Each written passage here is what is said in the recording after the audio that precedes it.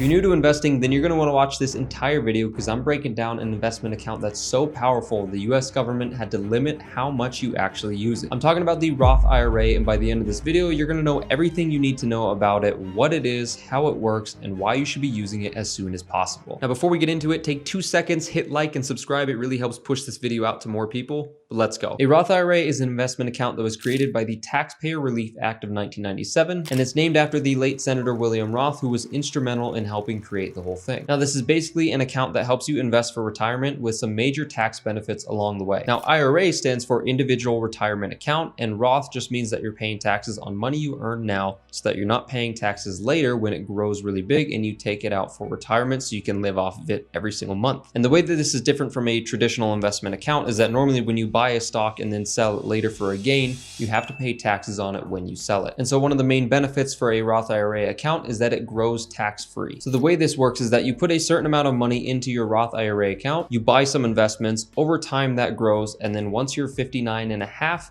you can take all of that money out completely tax and penalty free. Now, of course, there are some other caveats, but I'll talk about those in just a second. Now, how the tax benefit works is that you have to be able to contribute money that's already been taxed into the account. Now, this can sound confusing, but if you have a regular 9-to-5 job, you're more than likely already being taxed before you ever see that money hit your bank account, so you're pretty much fine. But to be sure this is the case, you can always check one of your pay stubs and look at the section for taxes. If that's not empty, then congrats, your money's already taxed, and that money is perfectly okay to be put inside a Roth IRA. So one approach to putting money in your Roth IRA is taking the money that's already gone from your paycheck into your bank account and transferring it into your Roth account. Now, this is a pretty simple approach because every 2 weeks when you get paid, you get to watch money go from your checking account to your IRA account, and you know how much you're contributing. Another way is to skip the middleman completely in your checking account and just set up direct deposit from your paycheck straight into your Roth IRA account so that you don't have to do any of this manually, but to be honest, both of them do the trick. Now, I personally use the first approach where I take money from my paycheck, move it into my checking account, and then I transfer it into my Roth IRA. But that's mainly because I like seeing my money go from my checking to my Roth IRA because I know that that means that I'm investing money and I'm not spending it on other stuff that I probably don't need to anyway, but you can pick however you want to do this. The ultimate end goal is that you set up this investment account so that you have a ton of money in retirement to take care of you so that you don't have to be working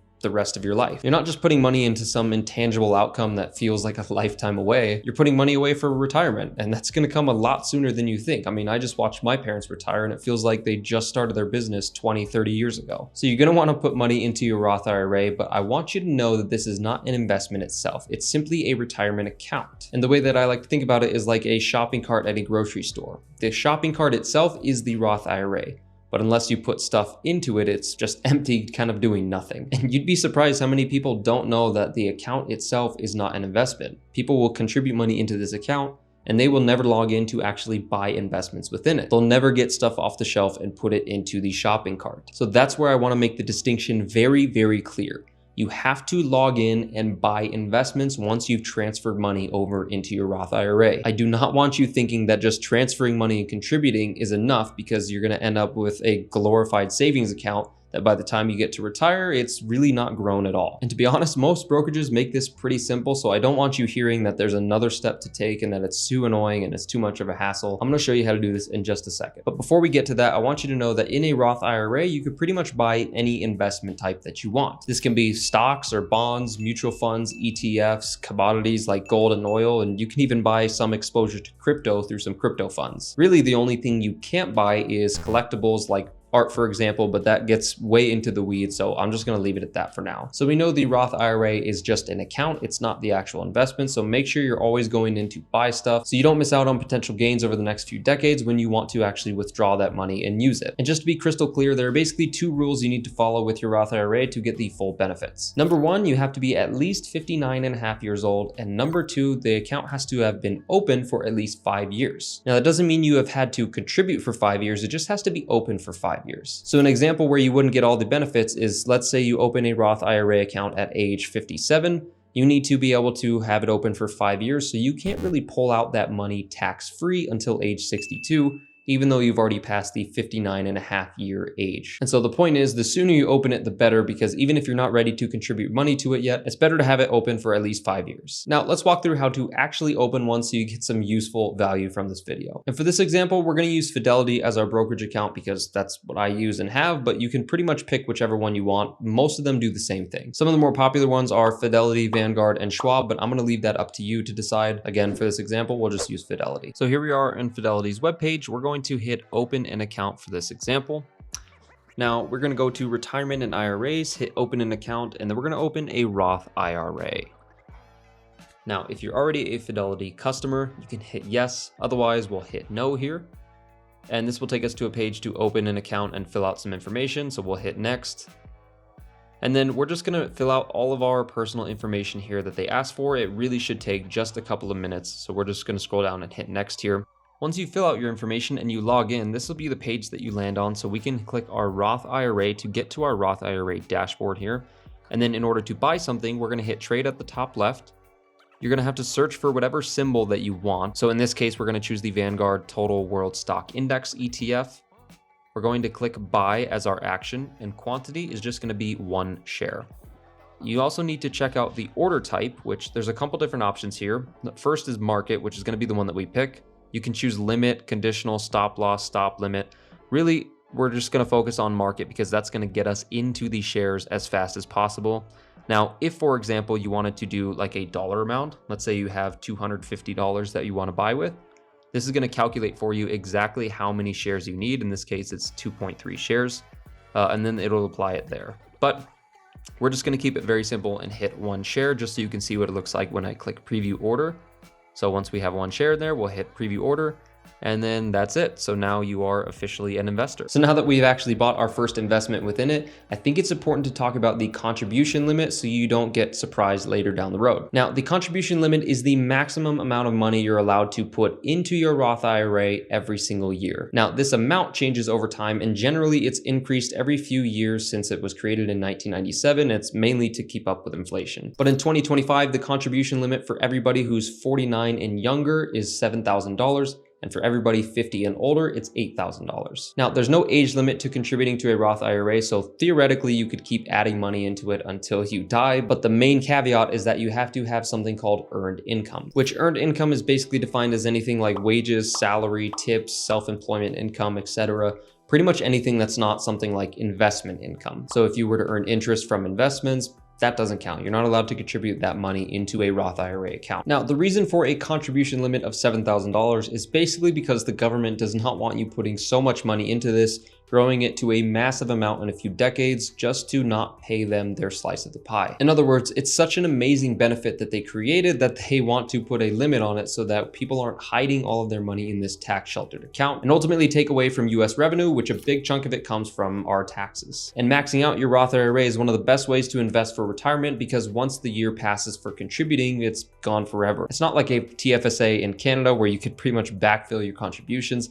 This one is use it or lose it. So let's walk through an example of the contribution limit in action. So let's say the new year began in 2025 and you wanted to start contributing to your Roth IRA account. If you put $100 every paycheck, which usually comes every 2 weeks, that would be about $2,600 for the entire year. In that scenario, you're leaving $4,400 on the table that can pretty much never be contributed ever again. And if you did that for 10 years, let's say from age 20 to age 30, the difference between that and maxing out your account for those 10 years is absolutely massive. I mean, we're talking about hundreds of thousands or millions of dollars by the time you get to retire. So that's why I say maxing out is one of the best benefits that you can do because again, it's use it or lose it. So make sure you take advantage of this. Now, there are some caveats to contributions, mainly when it comes to taking money out of the account before you hit 59.5. And this is something most people don't know about the Roth IRA is that you are actually allowed to take money out of the account without being penalized by taxes or fees. Everybody thinks once you put money into the account, it's locked away forever until retirement. And I think that actually deters some people from putting money in there in the first place because they don't want to spend all their money now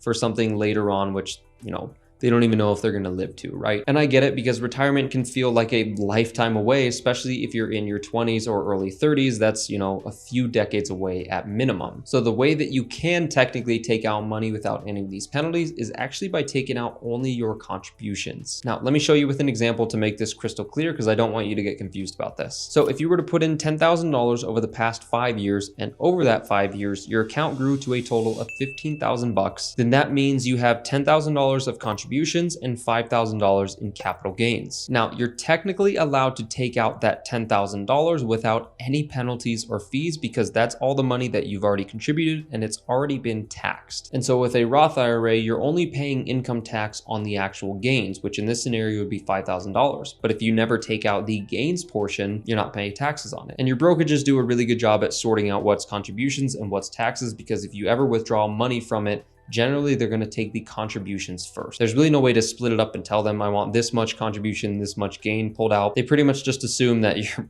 going to take out the contributions first. And so the reason this is good to know is that you can always access that money if you really need it in a dire scenario, and the government is not going to tax you on it. That being said, I really do not recommend ever taking money out of your retirement accounts, because it breaks the #1 rule of compound interest, which Charlie Munger says to never interrupt it unnecessarily. And I wholeheartedly agree. Even in a dire scenario, you're most likely doing more long-term harm than good to your finances. And so even though you can technically do this, I don't recommend it, but I think it's important that you know that it's available. Now, another caveat to the Roth IRA is that there are actually income limits. So if you make too much money, you're not allowed to put money into a Roth IRA. And this is because in 1997, this was really designed for middle-class income people to help save for retirement with some tax benefits. So the limits for 2025 is if you're single, you cannot make more than $161,000. Once you hit that cap, you cannot add more to a Roth IRA. And for married couples, the cutoff is $240,000. Now, this is based on something called the modified gross adjusted income, or MAGI. I hope I'm saying that right. And this isn't your total salary. There are some deductions that take place. There are some add-ins that come back into it. So it gets kind of complex, and I'll make another video on that at another time. But to keep it simple, basically, if your income's too high, you cannot contribute to a Roth IRA anymore. Now, there is something called a backdoor Roth IRA, but again, a little bit too complicated for this video. I'll just leave it at that. You can check that out if you want. Now, one question I've been asked about Roth IRAs is, can I have multiple accounts? And the short answer is yes, but it may not be a loophole like you're thinking. If you have multiple Roth IRA accounts across multiple different brokerages, that's totally fine. The IRS doesn't really care about that.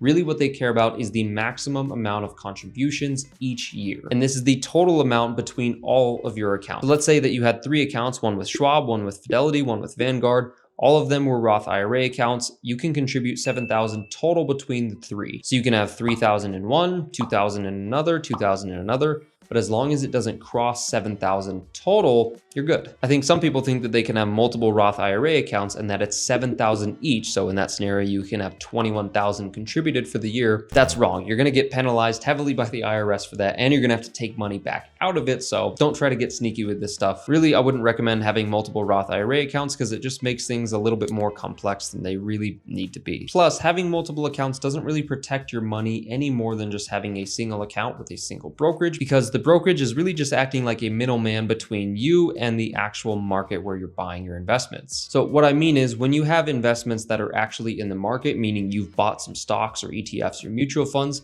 you're protected by something called the SIPC, which stands for the Securities Investment Protection Corporation. And you can think of it like the FDIC of your bank accounts, but this is for investment accounts. And the nice thing about the SIPC is that it covers you up to $500,000 per investment account type. So for example, if you had a Roth IRA and a 401k, both of those get $500,000 of protection. So a total of $1 million should your brokerage go down or go bankrupt. So spreading out your Roth IRAs between different brokerages is pretty much just adding complexity with no real benefit. And I don't think it's worth the risk or the headache of trying to track all of your contributions for a single year across multiple accounts. Now, I just mentioned the SIPC, but I think it's really important to understand how your money is fully protected regardless of the brokerage that you choose. And this is because I've had people ask me directly if their money is safe in something like a high yield savings account, or if it's safe in their investment account based on different things. things, I think it's important to understand. So like I said, I think of these brokerages like Fidelity, Schwab, or Vanguard as pretty much middlemen who help me move my money from my own bank account into the actual stock market. They're really just a means to an end. They do not own my assets. They don't own my investments. They don't really control any part of that. And if Fidelity were to go bankrupt tomorrow, I would not lose all of my investments that I have with them, with my 401k, my Roth IRA,